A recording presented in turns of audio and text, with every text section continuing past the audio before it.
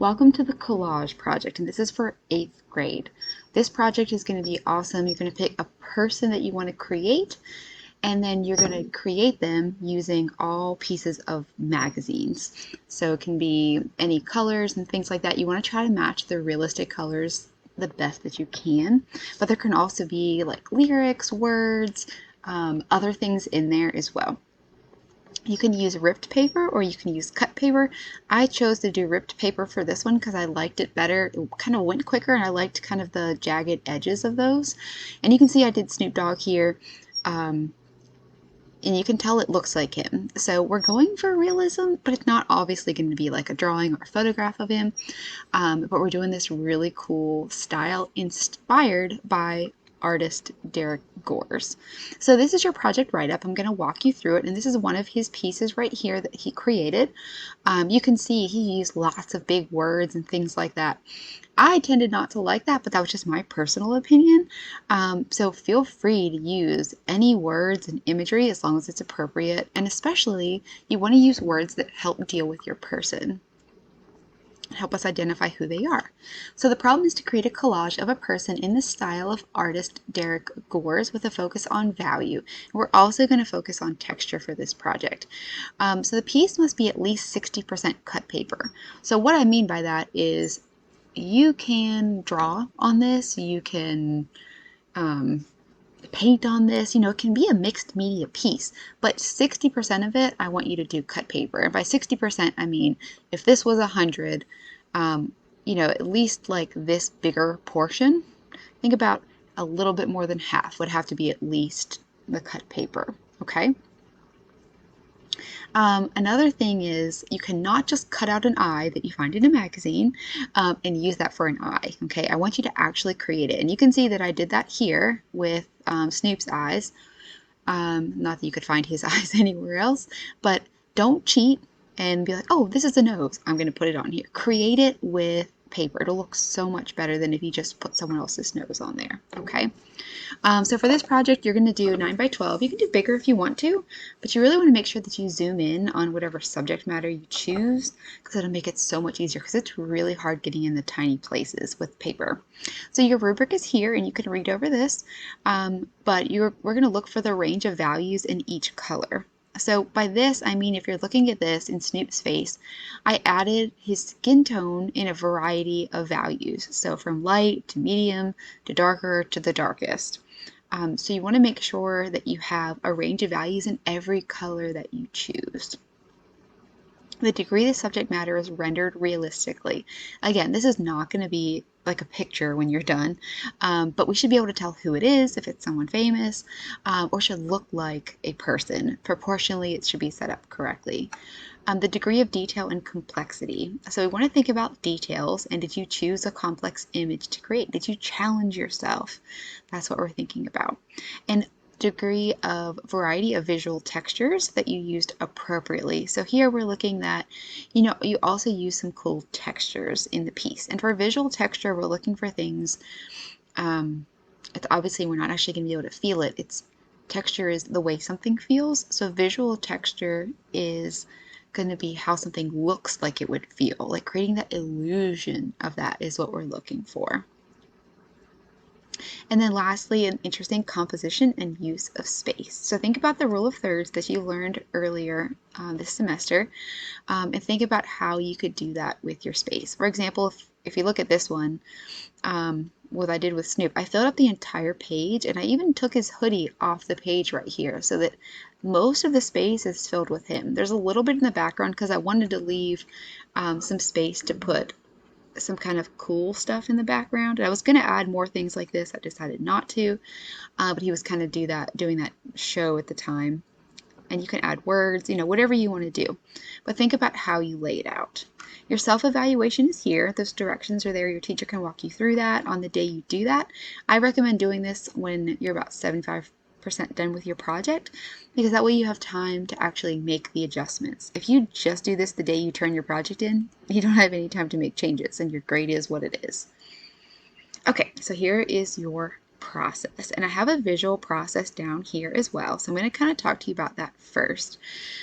So what you're going to do is you're going to pick someone to create. Okay, so I picked Zion Williamson, and I did 2 sketches of him in my sketchbook. I did not include those here because you've been doing lots of sketches, but I just took my sketchbook paper, divided in half, and I did 1 sketch of him this way. I did another sketch of him backwards. I was thinking about adding Williamson on the back, but I was like, oh, I kind of like his face this way. But again, you can see how I really filled the space instead of just doing it like small. If you do it small, there's no way you're ever going to get those pieces in there and you be able to actually tell that it's a person. It's just going to be like a blob. So make sure you fill the space. And this paper here is 9 by 12, so it's just like a little bit bigger than a piece of computer paper. It doesn't have to be huge. And I did it on just a poster board. You can do it on a poster board or any thick paper. Just make sure you are gluing down to the side that's not shiny so that it sticks well for you. That will be really important. So then I went through tons of magazines and I found colors that I liked. So I found lots of skin tones for him that I thought would be good. And I just ripped that whole page out and I kept that in my sketchbook. So I had pages of those. And I started with the background. It's really important to start with the background, in my opinion, because it kind of gets you rolling with the process. It gets you kind of familiar with what you're doing without worrying about messing up what you're actually doing, because it's going to fall to the back anyway. So you can see how I added this. And I found this in like a math section of a magazine, but I thought it was kind of cool, kind of how they would like drawing up plays and stuff, kind of the mental game behind the actual game. And then I decided, you can see I took away the blue because I was like, I just don't like that. I'm probably going to add blue for his jersey, so I just filled it up with black. But again, I wanted the background to be symbolic of him because he's more than just a really good Duke player. He also really studied the game, so that's kind of something I was trying to show with that as well. And then I started adding big areas of value. And it's okay if there's words in there. It doesn't have to be a blank piece of skin tone. Okay, there can be words, there can be anything on there really. Just look for something that's vaguely close to the color and value that you need and it'll work. So I start in the big spaces, like start in the forehead, start in the arms, the shirt. You're going to want to do the details last. So you're going to want to put like cutting out that little tiny black line that you're going to cut out for the eye and the highlight, the little white part right there. You're going to want to do those last. So just do the big areas, and guess what? If you mess up, you can just put a new piece on top of it. It's okay, right? It's no big deal. So don't worry about that. If you mess up and you're like, I don't like that, just cover it. You can see that I did that here where I started with blue in the background. I was like, oh, I don't really like that. So I just covered it. It's no big deal. Okay. Test it out. If you're not sure, place it down and see, does that look good there? And then glue it. And again, if it doesn't look good, then just make sure you glue on top of it. Derek Gorse has a really good suggestion that's in the writing for you to kind of remind you to read later as well. But he said he likes to look for pieces that will do 2 things at one time. Okay, and I'll kind of show you what I mean if I go back up here to this piece. So you want to look for a piece that could do 2 things. So maybe you want to look for a piece that has, like in this area right here, see how that's a really smooth, crisp line? I found a piece that had that background and a sharp line into black. So it did 2 things for me. It was part of the background and it was part of his hoodie. So anytime you can find a piece that will do 2 things like that for you, like cover 2 places, that's major. So make sure you look for those when you're looking through magazines. And you can see here how I have words on these. This was like a piece of like metal construction building or something. I just cut it up and then ripped it up and then glued it down, and it just falls back to the inside.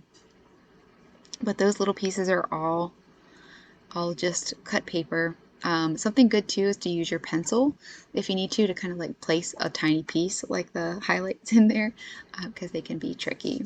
But that visual process is explained here, and these are the tips from Derek Gorse, so you can kind of read about him and his tips for you. These are some pieces that he created, and I'll let your teacher kind of walk you through those. This is an example, start to finish, time lapse of how to do the entire process. And these are really tiny pieces of ripped paper. I used bigger pieces, but it's up to you how you want to do that. Here's a video from Derek Gores, seeing his process. Again, a little piece of his studio that you can watch. And here are some examples from some of my students who have done this in the past. So you can see this artist actually used watercolor and cut paper. So in some places you can see there's watercolor, in some places you can see there's cut paper. She really went with the mixed media aspect.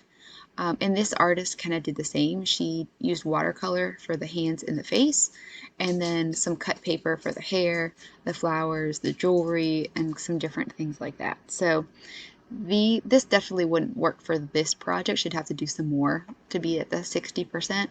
But I thought it was a really cool piece to kind of show you how you can kind of mix media like that if you choose to. And there's some more information down here. When you're looking for images, let's say you choose to do LeBron James. If you choose to do him, if you want to do a search that's going to help you with your values, if you type in like LeBron James vector art right here, the word vector.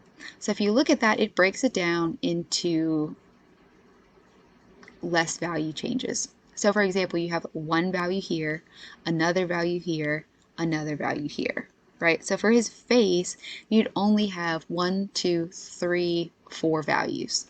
And you could kind of just sketch it out like this, and then you could do one color here, another color, another color.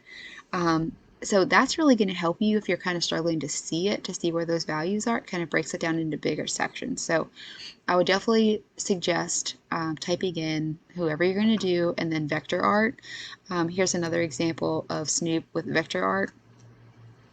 Again, it just breaks it down into bigger pieces instead of such small value changes, and it might make it easier for you to see. But choose whoever you want to. There's some more on some contemporary artists here.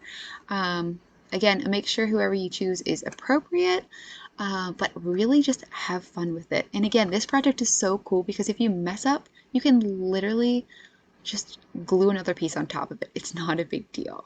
All right, good luck and have fun. Enjoy.